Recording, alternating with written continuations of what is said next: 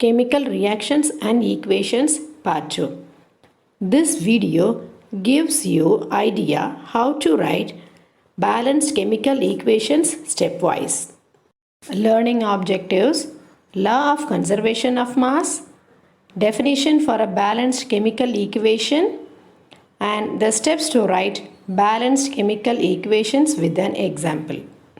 Balancing a chemical equation is based on the principle of law of conservation of mass. Matter can neither be created nor destroyed in a chemical reaction. When 2 gram of sugar is dissolved in 122 gram of water, it becomes 124 gram of sugar water. This is an example for physical change.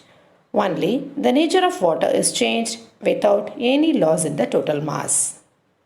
Look at this equation given below.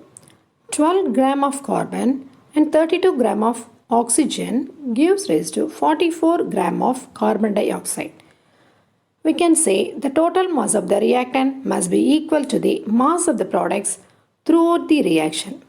This is an example for chemical change. We can define balanced chemical equation in two ways.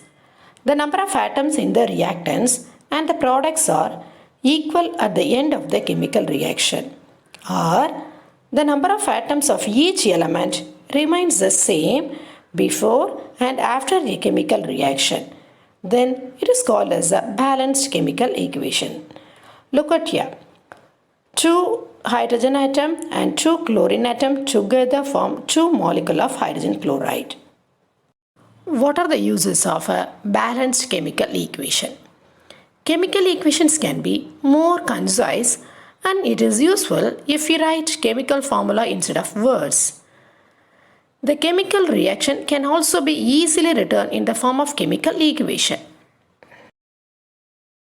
How to balance a chemical equation? Step 1. First, draw the boxes around each of the given formula. Do not change anything inside the boxes. The equation given here is MnO2 plus HCl gives MnCl2 plus H2O plus Cl2. Now, let us start balancing the equation. Step 2. After drawing the boxes, now let us write the number of atoms present in the reactant as well as product side. Here in the equation, Mn is 1. Here at the product side, it is also 1. Oxygen, it is of 2 in reactant side and 1 in product side. Hydrogen is 1 and here in product it is 2. Chlorine atom, 1 in reactant side and 4 in the product side. Step 3. Start balancing with a compound that contains the maximum number of atoms. It may be in the reactant side or in the product side. Therefore, in the given equation, we can select either MnO2 or MnCl2. Let us take MnO2 and balance oxygen atom. In the reactant side, it is in the form of MnO2. But in product side, the oxygen is in the form of water. In the reactant, the number of atom of oxygen is 2.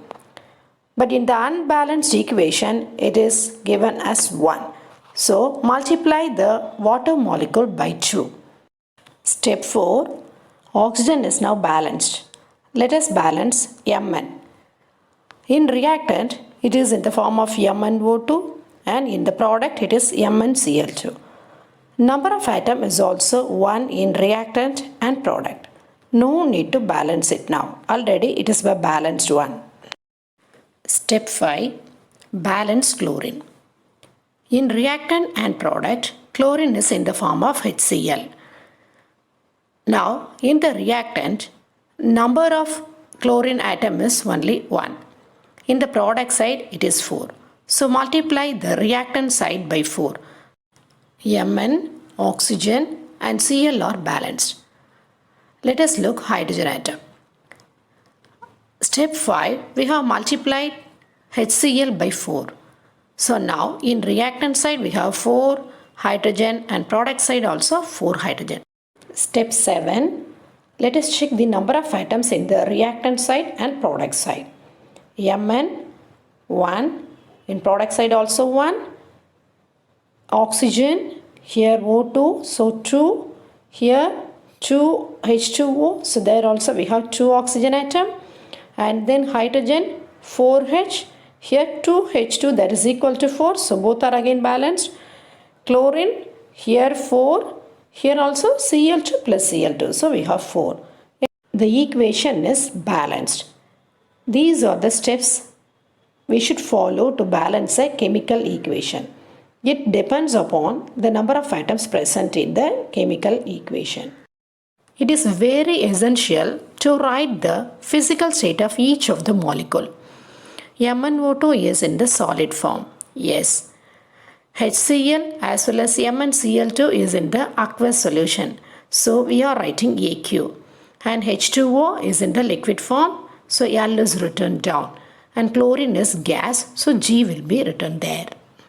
Some more informations to represent a balanced chemical equations. Heat changes must be written above the arrow mark. Delta symbol must be used for that.